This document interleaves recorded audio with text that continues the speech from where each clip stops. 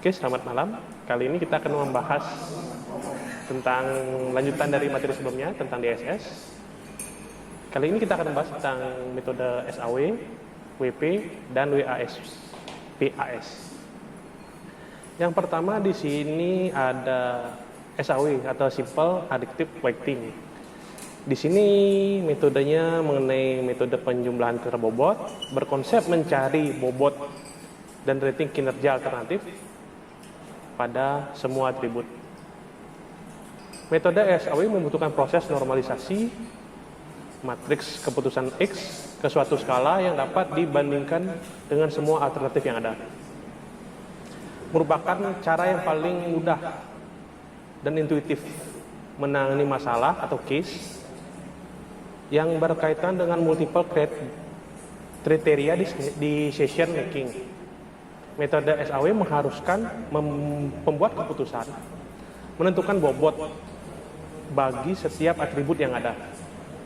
Dari total skor untuk alternatif akan diperoleh dengan menjumlahkan seluruh hasil perkalian antar rating, bobot tiap rating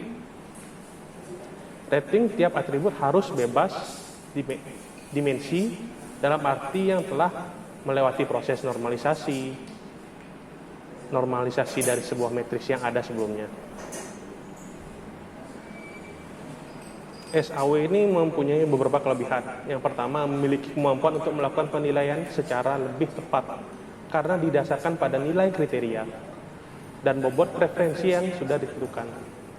Dapat menyeleksi alternatif terbaik dari sejumlah alternatif yang ada karena adanya proses perangkaian setelah menentukan bobot untuk setiap atributnya. Dapat menentukan nilai bobot untuk setiap atribut, kemudian dilanjutkan dengan proses perangkingan yang akan menyelesaikan alternatif terbaik yang telah lulus pengujian, yang mendapatkan nilai terbaik, mendapatkan ranking terbaik, bobot tersebut yang akan ditentukan. Nah, SAW sendiri ada kekurangannya. Dia itu perhitungan dilakukan dengan menggunakan bilangan script, dengan fusi juga bisa. Adanya perbedaan perhitungan normalisasi matriks sesuai dengan nilai atribut. Nah, berikut langkah-langkah perhitungan metode SAW. Yang pertama, mengidentifikasi terlebih dahulu kriteria-kriteria seperti apa sih yang akan dijadikan sebagai tolak ukur penyelesaian sebuah masalah. Setelah kriteria ditentukan, langkah kedua melakukan normalisasi setiap nilai alternatif pada setiap atribut dengan cara menghitung nilai rating kinerja menggunakan formula sebagai berikut, seperti yang ditampilkan di layar. Ini formulanya ada menentukan atribut profit, loss, di mana hasil normalisasi alternatif akan ditentukan dengan RIJ seperti gambar. Oke, selanjutnya langkah ketiga, menghitung nilai bobot referensi pada setiap alternatif menggunakan formula sebagai berikut yang ditampilkan di slide. Langkah keempat, melakukan perangkaian. Nah, ini studi kasusnya. Pada bagian promosi di suatu perusahaan yang bergerak di bidang perjalanan wisata ingin melakukan pemilihan terhadap objek wisata. Direkomendasikan beberapa tempat yang memiliki beberapa kriteria. Ada sini kita contohkan ada 4 kriteria untuk 5 kandidat. Kriteria tersebut kita contohkan misalnya keindahan alatnya seperti apa, itu kita contohkan C1.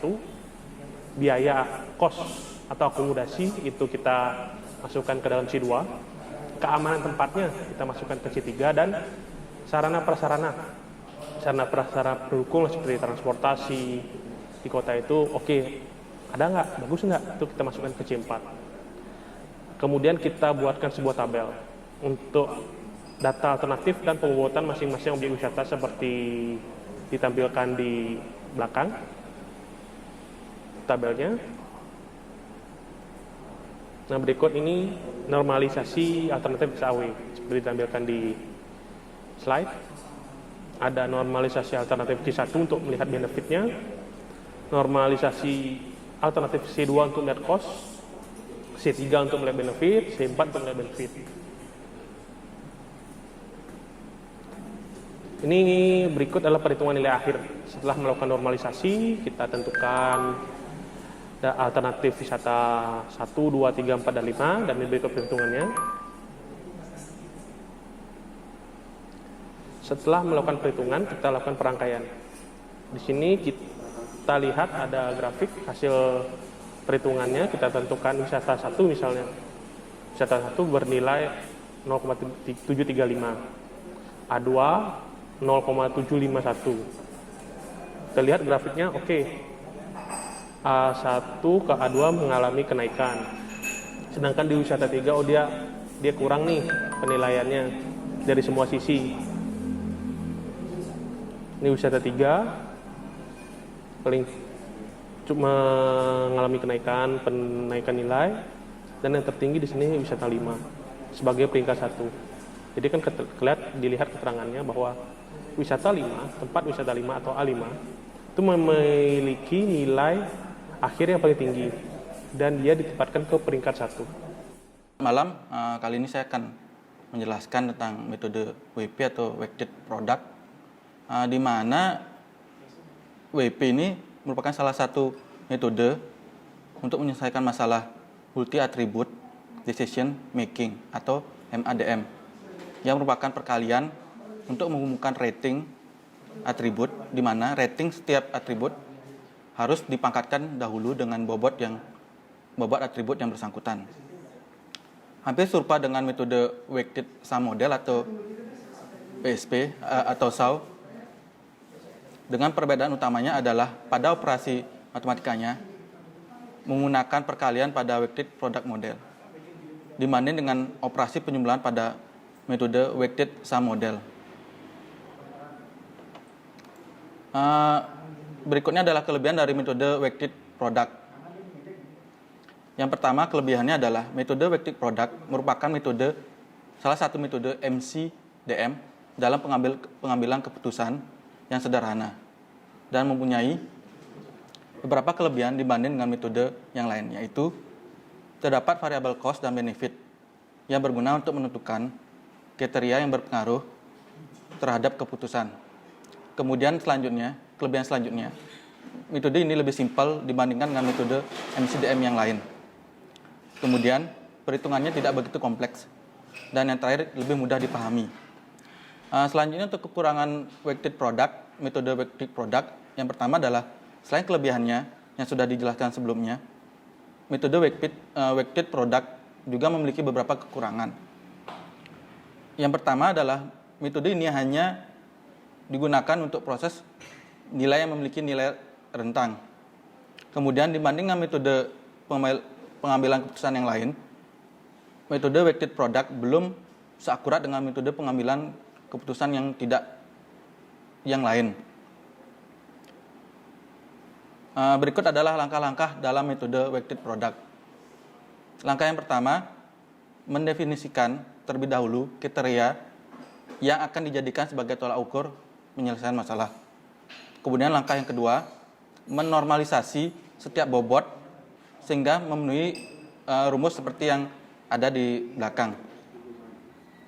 Kemudian langkah yang ketiga, menormalisasi setiap alternatif atau nilai vektor. Berikut adalah rumus untuk melakukan normalisasi pada setiap alternatif atau nilai vektor. Dapat dilihat pada layar di belakang, di mana SI adalah nilai normalisasi alternatif terbobot. Kemudian WJ adalah bobot kriteria. Kemudian SI adalah nilai alternatif. Langkah yang keempat, menghitung nilai bobot preferensi pada setiap alternatif. Berikut adalah rumus untuk melakukan penilaian bobot preferensi. Seperti terlihat di layar belakang, di mana adalah VI adalah nilai akhir atau nilai preferensi, WJ adalah nilai bobot kriteria, dan XIJ adalah hasil nilai dari alternatif atau hasil nilai alternatif. Kemudian langkah yang terakhir adalah melakukan perankingan. Di sini merupakan contoh studi kasus dalam menggunakan metode weighted product dalam kasus DSS. Pada bagian promosi di perusahaan yang bergerak di bidang pariwisata, perjalanan wisata, ingin melakukan pemilihan terhadap objek wisata yang ada di daerahnya sebagai rekomendasi bagi turis pemula dan mancanegara. Adapun objek wisata yang sedang dianalisa terdapat 5 kandidat atau 5 alternatif dengan memiliki 4 kriteria, di mana kriteria pertama atau C1 adalah keindahan alam, kemudian kriteria yang kedua adalah biaya atau cost, kemudian kriteria yang ketiga adalah keamanan, dan yang terakhir adalah sarana dan prasarana. Kemudian dapat dilihat pada tabel di belakang, setiap kriteria memiliki bobot, di mana bobot kriteria yang pertama adalah 2, yaitu keindahan alam, dan bobot kriteria kedua atau biaya adalah 3. Selanjutnya bobot dari kriteria ketiga atau keamanan adalah 9, dan yang terakhir adalah bobot dari kriteria keempat atau sarana prasarana berbobot 6. Dari tabel tersebut dapat dinormalisasi menggunakan bobot dari kriteria weighted product, di mana rumusnya dapat dilihat seperti pada layar belakang. Dari rumus tersebut didapat hasil untuk bobot pertama adalah 0,1, bobot kedua adalah 0,150, kemudian untuk bobot ketiga adalah 0,45, dan yang terakhir untuk bobot keempat adalah 0,3. Dari normalisasi bobot menggunakan kriteria produk didapatkan nilai alternatif, di mana S1 adalah 0,606, kemudian S2 adalah 0,629, kemudian S3 adalah 0,475, S4 adalah 0,718, dan yang S5 adalah berjumlah 0,719. Selanjutnya adalah normalisasi nilai preferensi dari weighted product, di mana rumusnya dapat dilihat seperti pada layar belakang. Untuk W1 didapat dari S1 dibagi oleh jumlah dari S, di mana mendapatkan hasil sejumlah 0,1926. Kemudian V2 didapat dari S2 dibagi dari jumlah dari S, di mana didapat hasil 0,1998. Untuk V3 didapat hasil 0,1510. Dan untuk V4 didapat hasil 0,2282. Dan yang terakhir untuk V5 didapat hasil 0,2285. Dari nilai preferensi akan dilakukan perankingan. Berikut adalah tabel perankingan nilai bobot preferensi dari setiap alternatif. Adapun acuan dalam perankingan ini adalah berdasarkan nilai tertinggi atau nilai maksimal yang dijadikan ranking tertinggi. Dapat dilihat pada tabel nilai preferensi, diketahui bahwa A5 adalah peringkat pertama. Baik, berikutnya akan dijelaskan pengertian metode WASPAS atau Weighted Aggregated Sum Product Assessment. Metode WASPAS merupakan gabungan dari metode Weighted Sum Model atau SO dan Weighted Product Model atau WP. Dengan demikian, kepentingan relatif dari setiap atribut hanya ditentukan dan kemudian alternatif dievaluasi dan diprioritaskan. Teknik ini diterapkan dalam pemilihan pribadi, analisis proses pemesinan, dan pemilihan material, di mana fitur-fiturnya adalah sebagai berikut. Yang pertama, dianggap sebagai metode kompensasi. Kemudian, atributnya independen, dan terakhir, atribut kualitatif dirubah menjadi atribut kuantitatif. Adapun langkah-langkah dalam metode WASPAS adalah sebagai berikut. Yang pertama, mendefinisikan terlebih dahulu kriteria-kriteria yang akan dijadikan sebagai tolak ukur untuk tolak ukur penyelesaian masalah. Kemudian, langkah yang kedua adalah normalisasi setiap nilai alternatif dan setiap nilai alternatif pada setiap atribut dengan cara menghitung nilai rating kinerja menggunakan formula sebagai berikut. Terdapat dua buah formula. Yang pertama adalah atribut keuntungan atau benefit, dapat dilihat pada layar di belakang. Kemudian selanjutnya untuk rumus atribut kerugian atau cost, seperti di layar belakang. Kemudian langkah selanjutnya atau langkah yang ketiga adalah mendefinisikan kepentingan adiktif atau penjumlahan relatif. Dalam hal ini adalah SAO atau WSM menggunakan formula sebagai berikut. Dapat dilihat pada slide. Kemudian langkah yang keempat adalah mendefinisikan kepentingan multiplikatif atau perkalian relatif, dalam hal ini WP atau weighted product menggunakan formula sebagai berikut, di mana dapat dilihat pada slide di belakang. Selanjutnya langkah yang kelima, menentukan kriteria gabungan atau nilai preferensi menggunakan formula yang dapat dilihat pada slide belakang. Atau untuk meningkatkan akurasi dapat menggunakan formula yang ada di slide belakang. Yang kemudian untuk langkah terakhir adalah melakukan perankingan. Baik, di sini terdapat studi kasus DSS menggunakan contoh metode WASPAS. Pada bagian promosi di perusahaan yang bergerak di bidang pariwisata, perjalanan wisata, ingin melakukan pemilihan terhadap objek wisata di daerahnya sebagai rekomendasi bagi turis pemula atau mancanegara. Adapun objek yang sedang dianalisa terdapat 5 kandidat atau 5 alternatif yang memiliki 4 kriteria. Yang pertama adalah kriteria yang pertama atau C1 adalah keindahan alam, kemudian kriteria kedua atau C2 adalah biaya atau cost. Kemudian kriteria ketiga atau C3 adalah keamanan, dan yang terakhir adalah kriteria keempat atau C4 adalah prasarana. Berikut adalah data alternatif dan pembuatan untuk masing-masing objek wisata.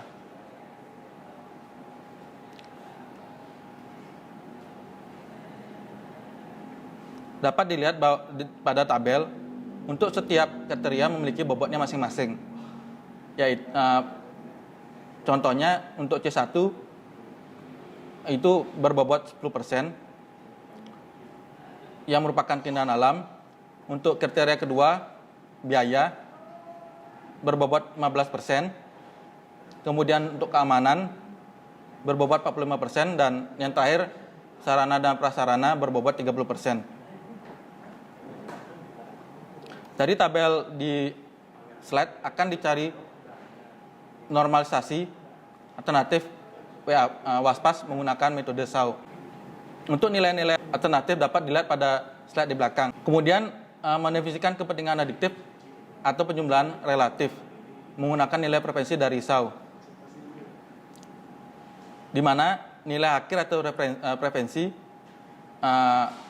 V1 didapat nilai 0,735, kemudian untuk V2 didapat nilai 0,75125, kemudian untuk V3 atau nilai preferensi ketiga didapat nilai 0,625, untuk V4 didapat nilai 0,8625, dan yang terakhir untuk V5 didapat 0,8875.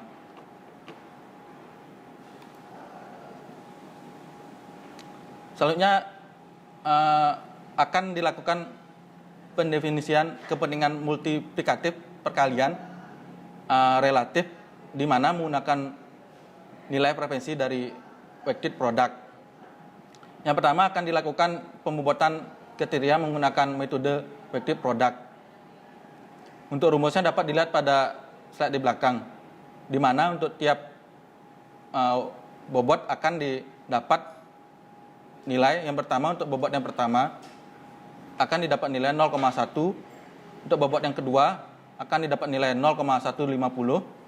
Kemudian untuk bobot yang ketiga akan didapat nilai 0,45 dan yang terakhir untuk bobot yang keempat akan didapat 0,3. Selanjutnya dari bobot kriteria weighted product tersebut akan dicari normalisasi nilai alternatif dari masing-masing bobot. Yang pertama untuk S1 adalah bernilai 0,606, kemudian untuk S2 bernilai 0,629, kemudian untuk S3 bernilai 0,475, kemudian untuk S4 bernilai 0,718, dan yang terakhir untuk S5 bernilai 0,719. Baik, selanjutnya akan dicari nilai frekuensi untuk masing-masing. Yang pertama adalah V1 didapat dari S1 dibagi jumlah dari S, di mana didapat hasil adalah 0,1926. Kemudian selanjutnya untuk V2 didapat hasil 0,1998. Kemudian untuk V3 didapat hasil 0,1510. Kemudian untuk V4 didapat hasil 0,2282, dan yang terakhir untuk V5 didapat hasil 0,2285. Kemudian kita akan menentukan kriteria umum gabungan atau nilai frekuensi dari nilai gabungan metode SAO dan metode weighted product, di mana untuk rumusnya dapat dilihat pada slide di belakang. Untuk Q1 didapat dari setengah nilai SAW ditambah nilai WAP untuk alternatif yang pertama, di mana didapat hasil 0,4638. Kemudian untuk Q2 itu didapat dari setengah nilai SAW ditambah nilai WAP, nilai weighted product untuk alternatif yang kedua, di mana didapat hasil 0,4755. Kemudian selanjutnya untuk Q3 didapat dari setengah nilai SAW dan weighted product dari alternatif yang ketiga, di mana didapat hasil 0,3880. Kemudian untuk yang Q4 sama didapat dari setengah nilai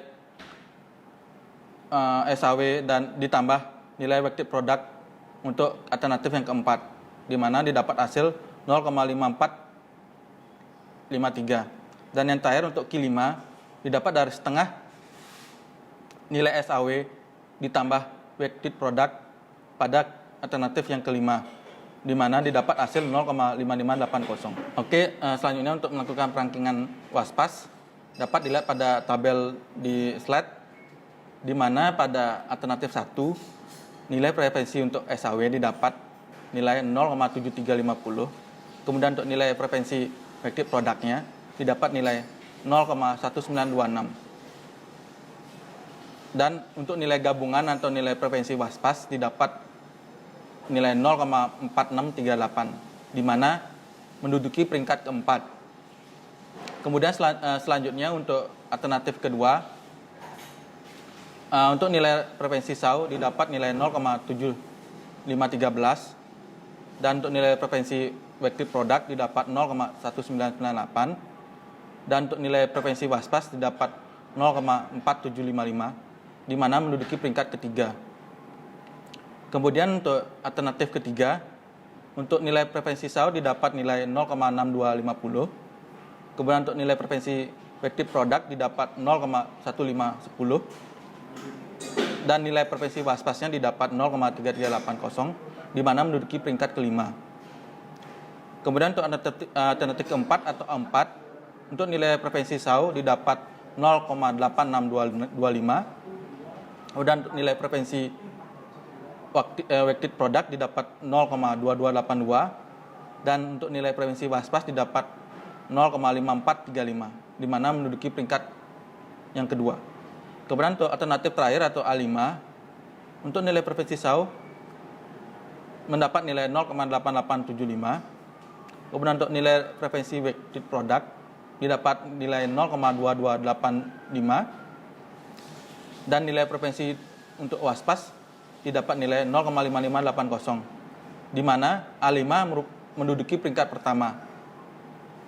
Dapat dilihat juga pada grafik rankingan weighted aggregate sum product assessment. Untuk wisata kelima atau alternatif kelima menduduki peringkat pertama dengan nilai WASPAS 0,5580.